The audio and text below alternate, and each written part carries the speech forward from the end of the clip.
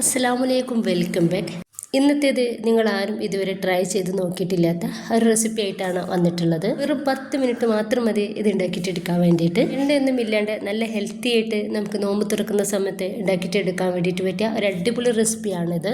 ഒരു പ്രാവശ്യം നിങ്ങൾ ഉണ്ടാക്കിയിട്ടെടുക്കാന്നുണ്ടെങ്കിൽ വീണ്ടും വീണ്ടും ഉണ്ടാക്കിയെടുക്കും. അത്രയും ടേസ്റ്റിയാണ്. നമുക്ക് വീട്ടിലേക്ക് പോവാം.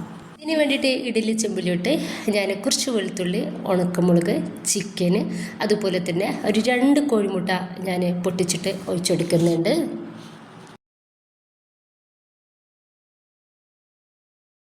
ഇനി നമ്മൾ ചെയ്യുന്നത് ഇതൊന്ന് സ്റ്റീം ചെയ്തെടുക്കുക എന്നുള്ളതാണ്. ഒരു 10 മിനിറ്റ് നമുക്കിതൊന്ന് സ്റ്റീം ചെയ്തെടുക്കുക. 10 മിനിറ്റ് പോലും ആയിട്ടില്ല, അതിന് മുന്നേ ഇത് നന്നായിട്ട് വേവായിട്ടുണ്ട്. ഇതൊന്ന് ചൂടാറാൻ വേണ്ടിയിട്ട് നമുക്ക് മാറ്റി വെക്കാം. നന്നായിട്ട് ചൂടാറിയതിന് ശേഷം നമ്മൾ ഈ ഒരു ചിക്കൻ ഒന്ന് മാറ്റി വെച്ചിട്ട് ബാക്കി 3ഉം നമുക്ക് മിക്സിയുടെ ജാറിലേക്ക് ഇട്ട് കൊടുക്കാം.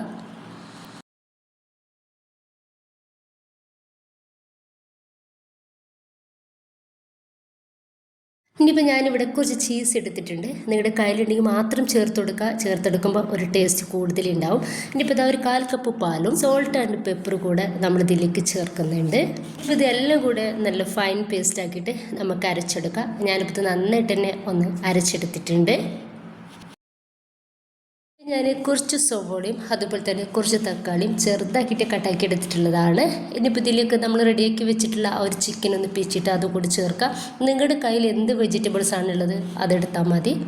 ഇനിയിപ്പോൾ അതാ ഇതിലേക്ക് നമ്മൾ റെഡിയാക്കി വെച്ചിട്ടുള്ള ആ ഹെൽത്തി മയോണൈസ് ഉണ്ടല്ലോ, അത് ഇതിലേക്ക് ചേർക്കാം.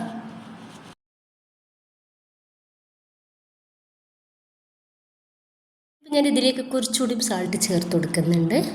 ഇനിയിപ്പോൾ ഇതാ കുറച്ച് ചെറുനാരങ്ങയുടെ നീര് കൂടി ഇതിലേക്ക് ചേർക്കുകയാണ്. അപ്പോൾ പുളി അധികം ഇഷ്ടമുള്ളവരാണെങ്കിൽ കുറച്ചധികം ചേർത്തെടുത്തോളൂ കേട്ടോ, കുഴപ്പമൊന്നുമില്ല. ഇനിയിപ്പോൾ ഇത് നന്നായിട്ട് ഒന്ന് മിക്സ് ആക്കി എടുക്കുക.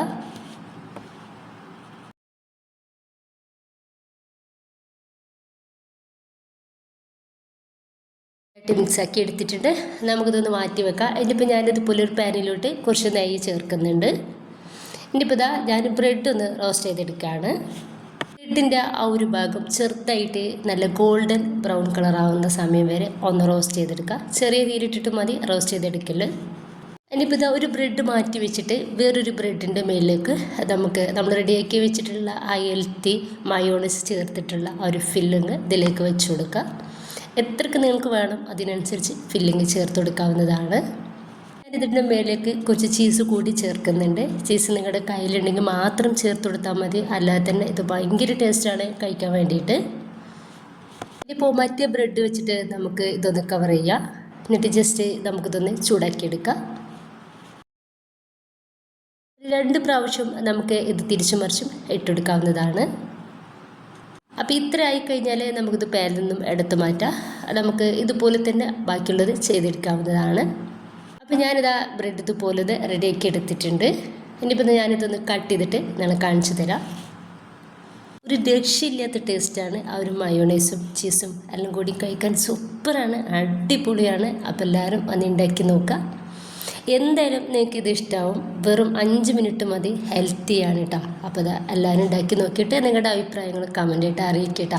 ഇഷ്ടമായിട്ടുണ്ടെങ്കിൽ നിങ്ങളുടെ എല്ലാ സപ്പോർട്ടും ഉണ്ടാവുക. നമുക്ക് നോമ്പിന് സിമ്പിളായിട്ട് ചെയ്തെടുക്കാൻ പറ്റിയ റെസിപ്പിയാണിത്. ഓക്കെ, ഇൻഷാ അല്ലാ.